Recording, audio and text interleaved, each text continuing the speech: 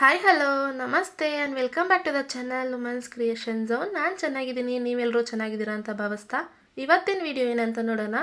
ಅದಕ್ಕಿಂತ ಮುಂಚೆ ಇದೀಗ ನಮ್ಮ ಚಾನಲ್ನ ಫಸ್ಟ್ ವಿಸಿಟ್ ಮಾಡಿದರೆ ಪ್ಲೀಸ್ ಚಾನಲ್ನ ಸಬ್ಸ್ಕ್ರೈಬ್ ಮಾಡಿ, ಹಾಗೆ ವಿಡಿಯೋನ ಕೊನೆವರೆಗೂ ನೋಡಿ. ನಿಮ್ಗೆ ಇಷ್ಟ ಆಗಿದ್ರೆ ಲೈಕ್ ಶೇರ್ ಆ್ಯಂಡ್ ಸಬ್ಸ್ಕ್ರೈಬ್ ಮಾಡೋದನ್ನ ಮರಿಬೇಡಿ ಗಾಯ್ಸ್.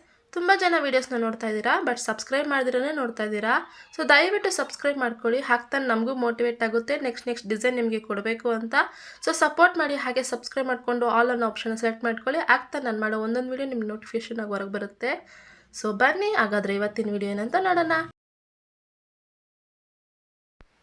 ಈಗ ನಾನು ಆರೆಳೆ ದಾರ ರೆಡಿ ಮಾಡಿಟ್ಟು ಅದನ್ನು ಲೇಸ್ ಬ್ಯಾಕ್ ಸೈಡಿಗೆ ಇಟ್ಟು ನಿಳಲಿಂದ 1 or 2 ಲಾಕ್ ಮಾಡ್ಕೊಂಡಿದ್ದೆ. ಲಾಕ್ ಆದ ನಂತರ ಅಲ್ಲಿಂದ ಒಂದೆರಡು ಚೈನನ್ನು ಹಾಕ್ಕೊಂಡಿದ್ದೀನಿ. ಚೈನ್ ಹಾಕಿದ ಆದಮೇಲೆ ಸೂಜಿ ಮೇಲೆ ಒಂದು ಸರಿ ನಾನು ದಾರನನ್ನು ಸುತ್ಕೊಳ್ತಾ ಇದ್ದೀನಿ.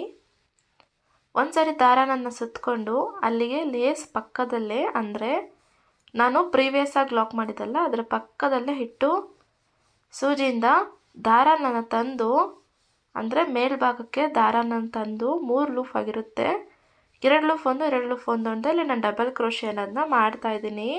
ಸೊ ನೋಡಿ, ಸೆಕೆಂಡ್ ಟೈಮ್ ಕೂಡ ಅದೇ ಥರ ಮಾಡ್ತಾಯಿದ್ದೀನಿ. ಇಲ್ಲಿ ಬಂದು ನಾನು ಒಂದು ಸರಿಗೆ 7 ಟೈಮು ನಾನು ಡಬಲ್ ಕ್ರೋಶೆ ಅನ್ನೋದನ್ನ ಹಾಕ್ತೀನಿ.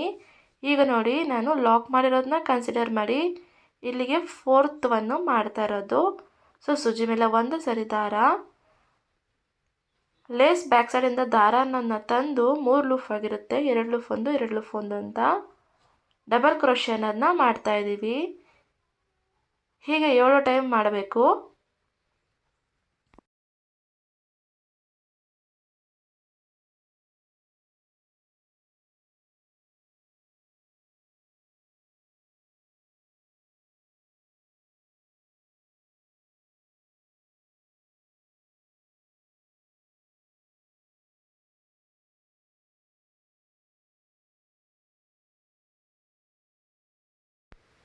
ನೋಡಿ, ಇಲ್ಲಿಗೆ 7 ಸರಿ ನಾನು ಡಬಲ್ ಕ್ರೋಶೆ ಅನ್ನೋದನ್ನ ಹಾಕಿದ್ದೀನಿ. ಈಗ 3 ಸರಿ ಅಂದರೆ 3 ಚೈನ್ ಅನ್ನೋದನ್ನ ಹಾಕ್ಕೊಳ್ಳೋಣ. 2 3 ಚೈನ್ ಆಗಿದೆ. 3 ಚೈನ್ ಆದ ನಂತರ ಅಗೇನ್ ಸೂಜಿ ಮೇಲೆ ಒಂದು ಸರಿ ದಾರ ಸುತ್ತಕೊಂಡು ಅದೆಲ್ಲ ಬರುತ್ತೋ ಅಲ್ಲಿ ನೋಡಿ ನೀಟಾಗಿಟ್ಟು ಒಂದು ಡಬಲ್ ಕ್ರೋಶೆ ಅನ್ನೋದನ್ನ ಮಾಡೋಣ. ನೋಡಿ, ಈಗ ನಾನು ದಾರನ ಹೊರಗಡೆ ತಂದು 3 ಲೂಫ್ ಆಯಿತು, 2 ಲೂಫ್ ಒಂದು 2 ಲೂಫ್ ಒಂದು ಅಂತ ಇಲ್ಲಿ ಡಬಲ್ ಕ್ರೋಶೆಯನ್ನು ಮಾಡ್ತಾಯಿದ್ದೀನಿ. ಸೊ ಅಗೇನ್ ಇಲ್ಲೂ ಕೂಡ ನಾನು 7 ಸರಿ ಡಬಲ್ ಕ್ರೋಶೆಯನ್ನು ಹಾಕ್ಕೊಳ್ತೀನಿ. ಅಂದರೆ 3 ಚೈನ್ ಹಿಂದೆನೂ 3 ಚೈನ್ ಮುಂದೆನೂ ಡಬಲ್ ಕ್ರೋಶೆ ಅನ್ನೋದನ್ನ 7 ಟೈಮ್ಸ್ ನಾವು ಹಾಕ್ಕೋಬೇಕು. ಈಗ 7 ಸರಿ ಮುಗಿದ್ಮೇಲೆ ನಿಮಗೆ ತೋರಿಸ್ತೀನಿ.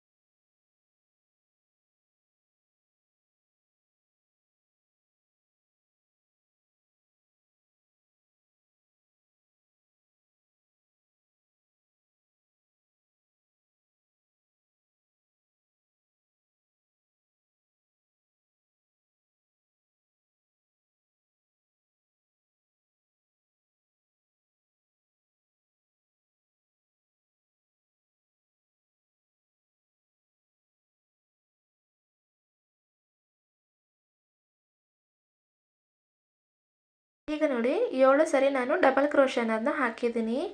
ಈಗ ನಾವು ಡಬಲ್ ಕ್ರೋಶೆ 7 ಸರಿ ಆದಮೇಲೆ ಒಂದು ಸ್ವಲ್ಪ ದಾರ ಅನ್ನೋದನ್ನ ಮೇಲೆ ಮಾಡಿ ಒಂದು ಮೀಡಿಯಮ್ ಸೈಜ್ ಬೀಡನ್ನು ಇನ್ಸೆಟ್ ಮಾಡ್ತಾಯಿದ್ದೀನಿ. ಬೀಡ್ ಇನ್ಸೆಟ್ ಮಾಡಿದ ಮೇಲೆ ಬೀಡ್ ಲಾಕ್ ಅನ್ನೋದನ್ನ ಮಾಡಿಕೊಂಡು ಅಲ್ಲಿಂದ ಸೂಜಿ ಮೇಲೆ ಒಂದು ಸರಿ ದಾರ ಸುತ್ತಕೊಂಡು ಬೀಡ್ ಎಷ್ಟಿದೆಯೋ ಆ ಸಮೇತ ನಾವು ಇಟ್ಟು ಲೇಸ್ ಬ್ಯಾಕ್ ಸೈಡಿಂದ ದಾರನ ತಂದು ಅಗೇನ್ ನಾನು ನೋಡಿ 7 ಟೈಮು ಡಬಲ್ ಕ್ರೋಶೆ ಅನ್ನೋದನ್ನ ಮಾಡಿದ್ದೀನಿ. ಅಂದರೆ ಬೀಡ್ ಇನ್ಸೆಟ್ ಆದಮೇಲೆ ಒಂದು ಸರಿ, ಬೀಡ್ ಇನ್ಸೆಟ್ ಆಗೋಕ್ಕಿಂತ ಮುಂಚೆ ಒಂದು ಸರಿ 7 ಟೈಮು ಡಬಲ್ ಕ್ರೋಶೆ ಹಾಕಿದ್ದೀನಿ. ಈ ಥರ 2 ಸೆಟ್ ನಾನು ರೆಡಿ ಮಾಡಿಟ್ಟಿದ್ದೀನಿ. 2 ಸೆಟ್ ರೆಡಿ ಮಾಡಿ ಈಗ ನೆಕ್ಸ್ಟ್ ಸ್ಟೆಪ್ ಅವನಿಗೆ ಕೂಡ ಮೂವ್ ಆನ್ ಹಾಕ್ಬಿಟ್ಟೆ. ನೆಕ್ಸ್ಟ್ ಸ್ಟೆಪ್ಪಿಗೆ ಬಂದು ಹಾಗೆ ನಾನು ಫಸ್ಟ್ ಬೇಸ್ ಲೈನ್ ಏನು ಮಾಡಿದ್ವೋ ಅದನ್ನು ಹಾಗೆ ಮಾಡಿಕೊಂಡು ದಾರನ ಅದು ಕಟ್ಟೆಲ್ಲೋ ಮಾಡ್ದಿರ ಹಾಗೆ ಕಂಟಿನ್ಯೂ ಅನ್ನೋದನ್ನ ಮಾಡಿದ್ದೀನಿ. ಹೇಗೆ ಕಂಟಿನ್ಯೂ ಮಾಡಿದ್ದೀನಿ ಅಂದರೆ ನಿಮಗೆ ಕಾಣಿಸ್ಬೋದು.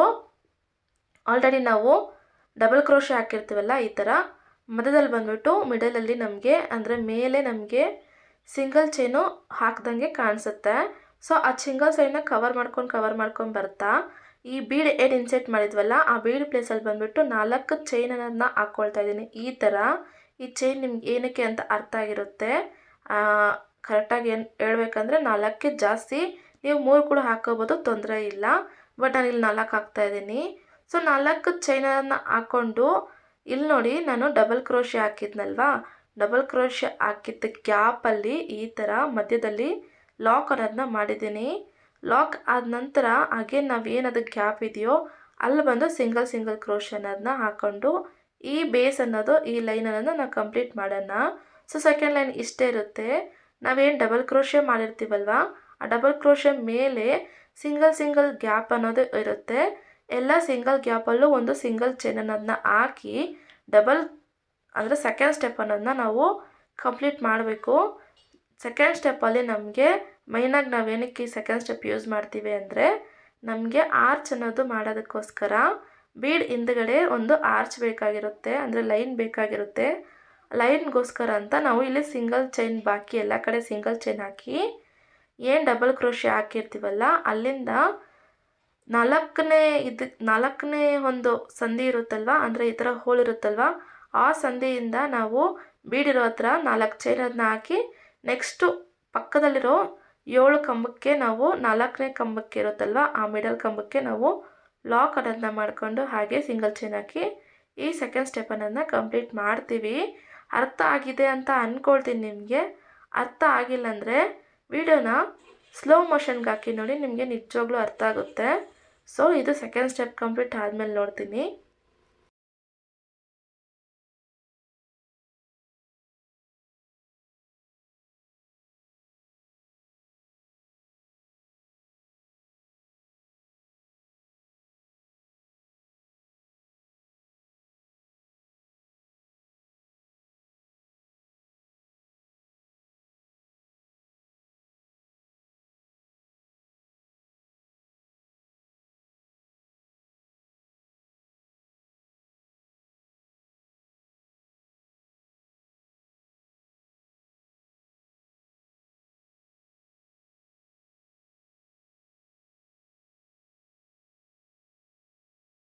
ನೆನಪಿರಲಿ, ನಾವು ಮಾಡ್ತಿರೋದು ಇವಾಗ ಬ್ಯಾಕ್ ಸೈಡು ಸೆಕೆಂಡ್ ಸ್ಟೆಪ್ ಪೋರ್ಷನ್ನು.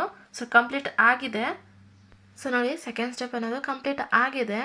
ತುಂಬ ಈಸಿ ಇದೆ ಸೆಕೆಂಡ್ ಸ್ಟೆಪ್ಪು. ಸೊ ಎಲ್ಲ ಕಡೆಯೂ ಸಿಂಗಲ್ ಚೈನನ್ನು ಹಾಕ್ಕೊಂಡೋಗಿದ್ದೀವಿ. ಈಗ ನಾನು ಥರ್ಡ್ ಸ್ಟೆಪ್ಗೆ ಮೂವ್ ಆನ್ ಆಗ್ತಾಯಿದ್ದೀನಿ. ಅದಕ್ಕೆ ಅಂತ ಡಿಫ್ರೆಂಟ್ ಕಲರ್ನ ತೊಗೊಂಡಿದ್ದೀನಿ. ಆ್ಯಸ್ ಯೂಶುವಲ್ ಸ್ಟಾರ್ಟಿಂಗಲ್ಲಿಟ್ಟು ನಾವು ಲಾಕ್ ಅನ್ನೋದನ್ನ ಮಾಡ್ಕೊಳ್ಳೋಣ. ಹಾಗೆ ಕಂಟಿನ್ಯೂ ಆದಂಗೆ ಇರಲಿ ಅನ್ನೋಕ್ಕೋಸ್ಕರ ಲಾಸ್ಟ್ ಪ್ರೀವಿಯಸ್ ಏನು ಹಾಕಿದ್ವೋ ಆ ಒಂದು ಬೇಸಿಗೆ ಕೂಡ ನಾವು ಅಟ್ಯಾಚ್ ಅಂದರೆ ಲಾಕ್ ಅನ್ನೋದನ್ನ ಮಾಡ್ಕೊಳ್ಳೋಣ. ಈಗ ನಾವೇನು ಸಿಂಗಲ್ ಚೈನ್ ಹಾಕ್ಕೊಂಡೋಗಿದ್ವೋ ಆ ಸಿಂಗಲ್ ಚೈನ್ ಮಧ್ಯದಲ್ಲಿ ನಾವು ಒಂದು ಸಿಂಗಲ್ ಚೈನ್ ಅನ್ನೋದನ್ನ ಹಾಕ್ಕೊಳ್ಳೋಣ. ನೋಡಿ ಈ ಥರ ಒಂದು ಗ್ಯಾಪ್ ಅನ್ನೋದು ಫಾರ್ಮ್ ಆಗಿರುತ್ತೆ. ಆ ಗ್ಯಾಪ್ ಮಧ್ಯೆಯಿಂದ ನೀಡಲ್ ಅನ್ನೋದನ್ನ ಬಿಟ್ಟು ನೋಡಿ ಕಾಣಿಸ್ತಿದೆ ಅಂತ ಅಂದ್ಕೊಳ್ತೀನಿ. ನಿಮಗೆ ಈ ಥರ ಗ್ಯಾಪ್ ಇರುತ್ತೆ. ಗ್ಯಾಪ್ ಮಧ್ಯದಿಂದ ದಾರನ ತಂದು ಸಿಂಗಲ್ ಚೈನನ್ನು ಹಾಕ್ಕೊಳ್ತಾ ಇದ್ದೀನಿ.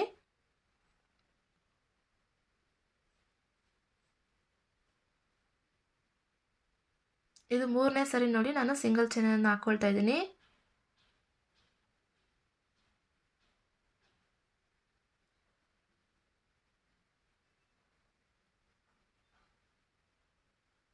ಐದು ಸರಿ ನಾನು ಸಿಂಗಲ್ ಚೈನಲ್ಲಿ ಕಂಪ್ಲೀಟ್ ಮಾಡಿದ್ದೀನಿ.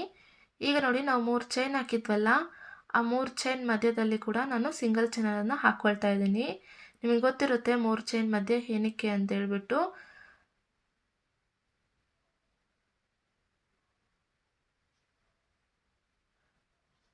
ಮೂರು ಚೈನ್ ಕಂಪ್ಲೀಟ್ ಆದಮೇಲೆ ನೆಕ್ಸ್ಟ್ 7 ಡಬಲ್ ಕ್ರೋಶೆ ಏನಿದೆಯೋ ಅದಕ್ಕೆ ಮೂವ್ ಆನ್ ಆಗ್ತಾ ಇದ್ದೀವಿ. ಇಲ್ಲಿ ನೋಡಿ ನಾನು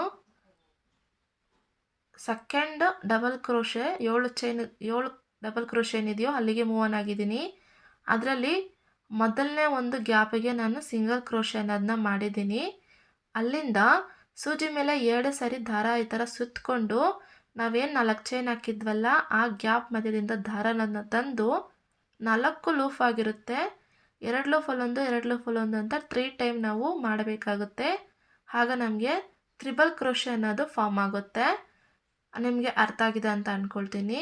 ಸೂಜಿ ಮೇಲೆ 1 ಸರಿ ದಾರ, ನಾವೇನು 4 ಚೈನ್ ಹಾಕಿದ್ವೋ ಅದರ ಮಧ್ಯದಿಂದ ದಾರನನ್ನು ತಂದು 4 ಲೂಫ್ ಆಗಿರುತ್ತೆ. 2 ಲೂಫ್ 1, 2 ಲೂಫ್ 1, 2 ಲೂಫ್ 1 ಅಂತ 3 ಬಾರಿ ನಾನು ಹೊರಗಡೆ ತೆಗೆದಿದ್ದೀನಂದರೆ ಅದು ತ್ರಿಬಲ್ ಕ್ರೋಶೆ ಅಂತ ಕರಿತೀವಿ. ಸೊ ಇದೇ ಥರ ನಮಗೆ ಆ 4 ಚೈನ್ ಎಷ್ಟಿದೆಯೋ ಅದು ಫುಲ್ ಕಂಪ್ಲೀಟ್ ಆಗೋದಕ್ಕೆ ಬರೋಬ್ಬರಿ 12ರಿಂದ 14 ಕಂಬ ಇಡಿಸಬಹುದು. ನಾನು ಫುಲ್ ಕಂಬ ಎಷ್ಟು ಇಡಿಸುತ್ತೋ ಅಷ್ಟು ನಾನು ಕವರ್ ಮಾಡಿ ನಿಮಗೆ ತೋರಿಸ್ತೀನಿ.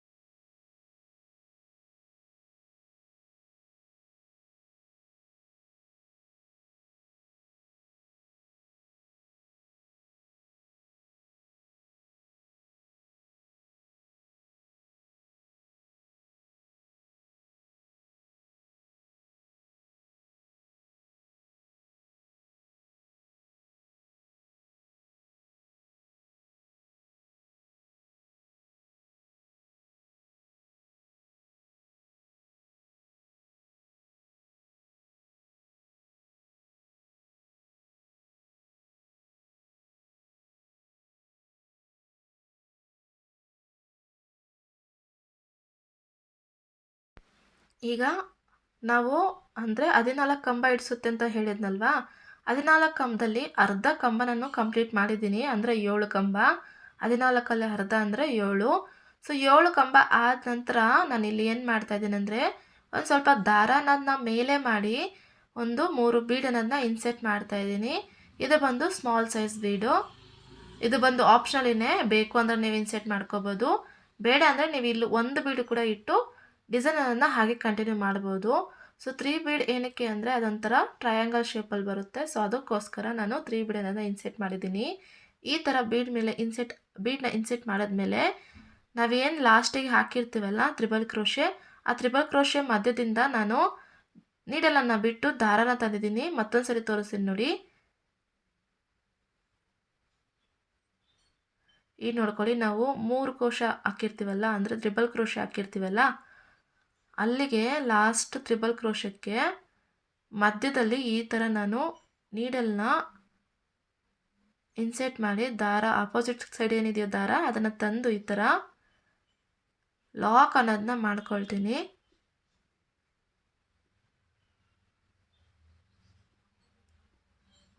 ನೋಡಿ, ಈಗ 3 ಕೋನ ಆದಂಗಾಯಿತು.